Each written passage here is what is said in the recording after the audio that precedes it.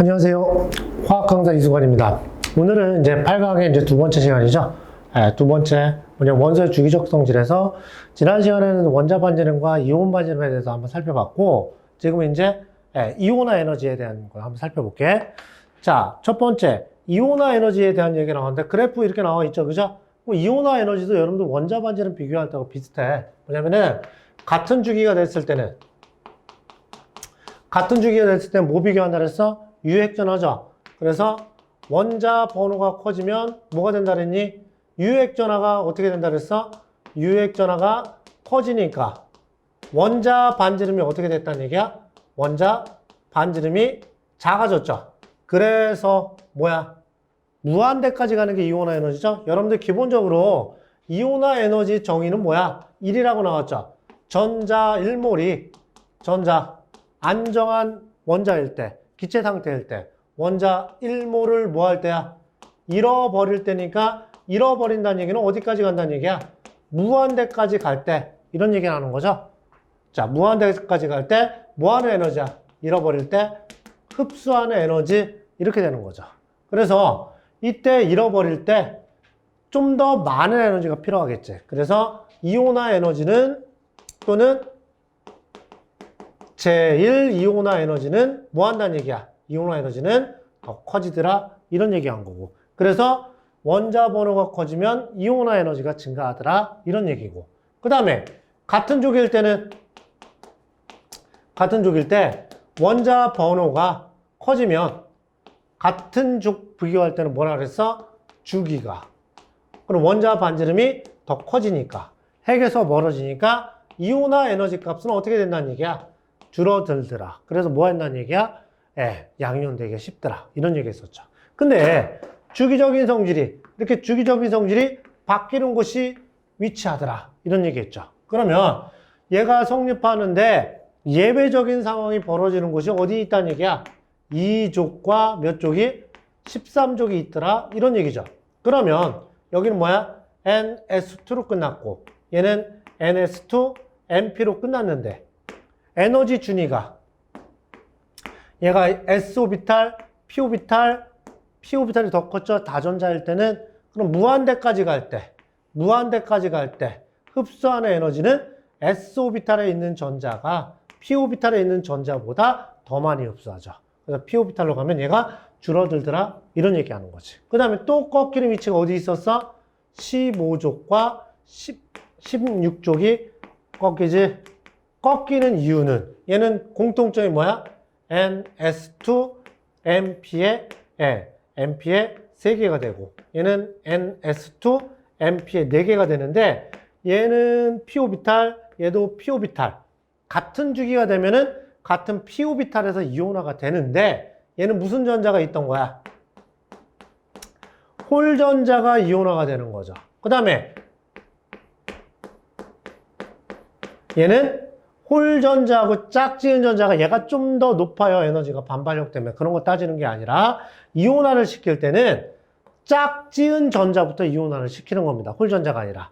얘가 에너지 준위가 좀 더 높고 얘하고 얘는 반발력이 더 존재하잖아. 그래서 짝지은 전자에서 P오비탈일 때는 짝지은 전자, 모두 채워진 전자 또는 짝지은 전자에서 이온화가 되니까 얘는 홀 전자, 얘는 짝지은 전자, 반발력이 있고 얘가 좀 더 에너지 준위가 높으니까 얘가 조금 더 적은 양 흡수하더라. 이런 얘기 했던 거야. 짝지은 전자에서 이온화가 되니까. 그래서 이온화 에너지는 15적이 컸더라. 뭐 이런 거 기본적으로 알고 있으면 되는 거고.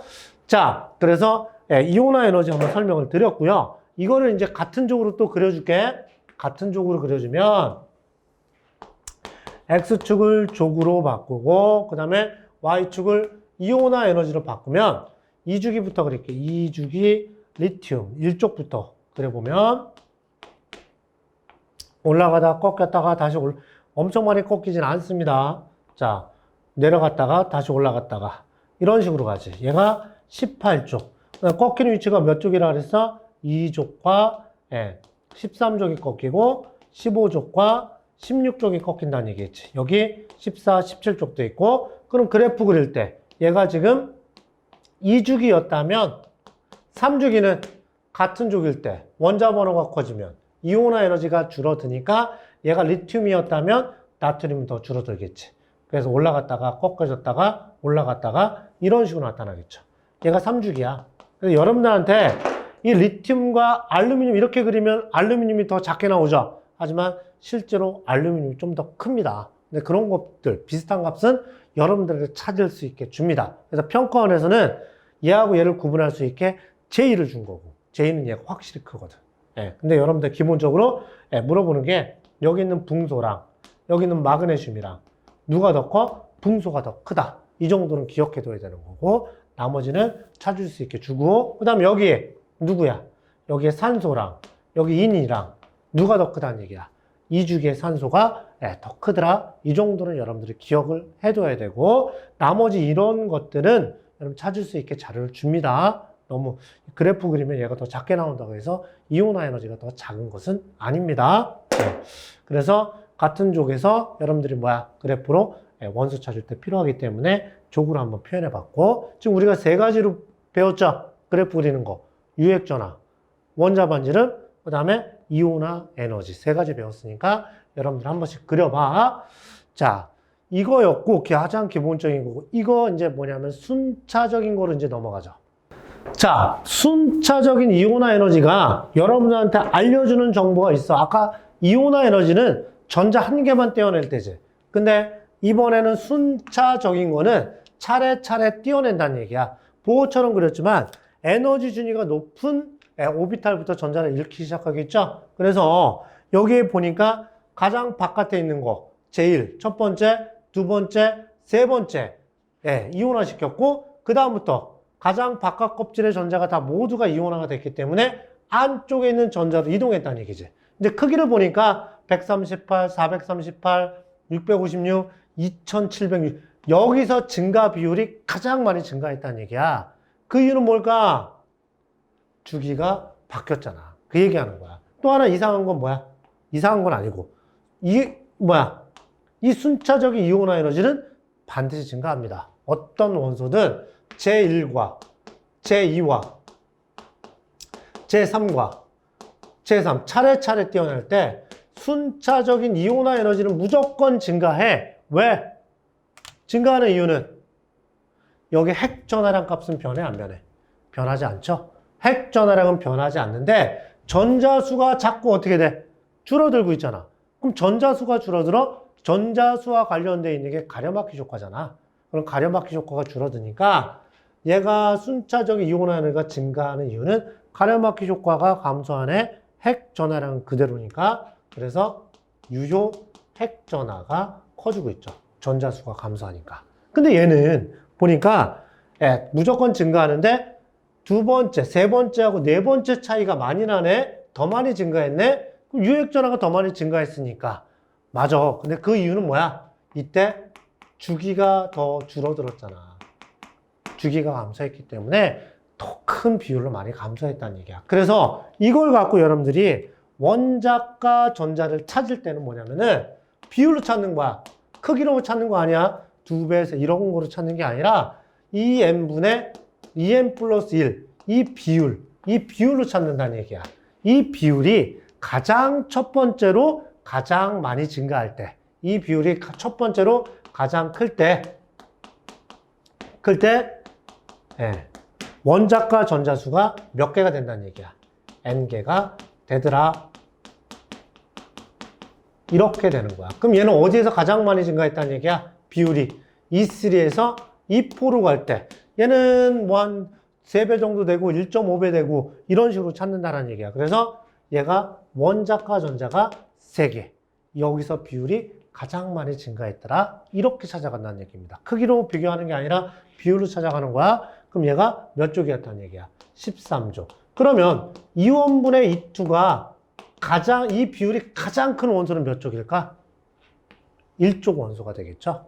1족 원소. 그래서 여러분들 그런 얘기가 한번 나왔거든. 산소, 플로린, 나트륨에서 2원분의 2 크기가 A, B, C일 때 A가 가장 크더라. 누구냐? 뭐 이런 거 찾는 게 나왔거든. A는 찾기 쉽지. 2원분의 2가 가장 큰 게 나트륨. 그 다음에 산소하고 플로린은 제일은 니네가 알아. 근데 J가 꺾이는 위치도 알고 있어야 되겠죠? 그래서 선생님 여기에 J과 J 이런 것들을 해놨는데 여러분 볼 게 뭐냐면은 순차적인 거 계속해서 증가한다. 근데 그래프가 여러분 봐봐. 리튬이 전자 하나를 잃어버렸다. 그럼 얘가 제일 이온화 에너지 흡수하면 이렇게 됐죠. 누구처럼 됐니? 전자가 헬륨처럼 됐잖아. 그럼 얘가 리튬 이온이 제2를 흡수할 때는 헬륨처럼 됐으니까 이온화 에너지는 더 증가할 수밖에 없겠죠. 그래서 얘가 Li2 플러스가 됐다면 이렇게 되겠지. 그러면 어떻게 되는 거야? 제2 이온화 에너지가 가장 큰 거는 누가 된다는 얘기야? 1족 원소가 되겠죠? 1족 원소들이 18족처럼 됐으니까. 그래서 이거를 갖다가 연속해서 한번 그려보면 리튬부터 제1은 어떻게 돼? 제1은 이런 식으로 나올 수 있겠지. 얘가 제1이었다면 제2는 얘가 더 커졌죠. 그래서 그래프가 원소들이 전자 배치가 하나씩 당겨지기 때문에 이런 식으로 나온다는 얘기지. 얘가 제2가 된다는 얘기야. 이렇게 된다는 얘기입니다. 근데 여러분들이 조금 외우기 편하게 제1이 가장 큰 거는 같은 주기일 때 몇 족 원소였어? 18족 원소였고, 그 다음에 가장 작은 건 같은 주기에서 1족 원소였고, 그 다음에 꺾이는 위치가 2족과 13족, 그 다음에 15족과 16족이었다면 제2가 최대가 되는 건 몇 족이야? 1족이 된다는 얘기겠죠? 원소들이 전자 배치가 당겨지지? 그럼 얘는 뭐야? 최소가 되는 건 2족이 될 거고, 원소들이 당겨졌잖아. 그럼 누가 된다는 얘기야? 여기 13족과 14족이 꺾일 거고 16족과 17족이 꺾이겠죠. 그래서 선생님 아까 산소하고 플로린, 제1은 얘가 크지만 제2는 누가 더 크다는 얘기야? 산소가 더 커지겠죠. 이 차이도 얘가 산소고 얘가 플로린이니까. 그죠? 네, 그래서 여러분들이 그렇게 좀 알아두는 게 좀 편할 거야. 그래서 순차적 이온화 에너지가 여러분들한테 알려주는 정보, 이거에 대한 얘기를 잠깐 했고, 또 하나 여러분이 기억해 둘 게, 얘는 순차적인 거고, 자, 마그네슘과 알루미늄 있죠? 제1 이온화 에너지 값은 누가 더 컸던 거야? 얘가 더 컸던 거지. 그러면 안정한 이온이 됐을 때, 네온처럼 됐을 때 흡수하는 에너지는 누가 더 커야 돼? 얘가 더 크겠죠? 왜? 마그네슘은 전자 몇 개 잃어버리는데 2원과 2,2가 더해져야 되고, 알루미늄은 13족이니까 안정한 이온이 될 때 흡수하는 건 2원, 2,2, E3까지 흡수해야 되기 때문에 안정한 이온 될 때는 얘가 더 많은 에너지를 흡수하겠죠? 그래서 이온화 에너지랑 안정한 이온이 될 때 조금 용어들을 좀 구분할 때가 있어. 그 다음에 제2 이온화 에너지가 꺾이는 위치도 여러분들이 알고 있어야 되고, 그래서 요즘은 변수를 갖다가 순차적 이온화 에너지로 더 많이 주기도 합니다. 원소 찾을 때. 얘는 무지 많이 했고 많은 문제들이 얘를 다뤘기 때문에 제2로 바꿔서 원소 찾기를 여러분들 헷갈리게 출제할 때도 있다라는 얘기야. 그래서 요 정도까지만 여러분들한테 순차적 이온화 에너지가 여러분들한테 무엇을 찾는지에 대한 설명을 간단하게 설명했습니다. 그래서 다음 시간에는 이 주기적인 성질의 마지막, 2단원이죠. 2단원의 마지막 주기적인 성질, 원소의 주기적인 성질의 문제를 풀고 마무리를 하도록 하겠습니다. 여기까지 이수관 강사였습니다.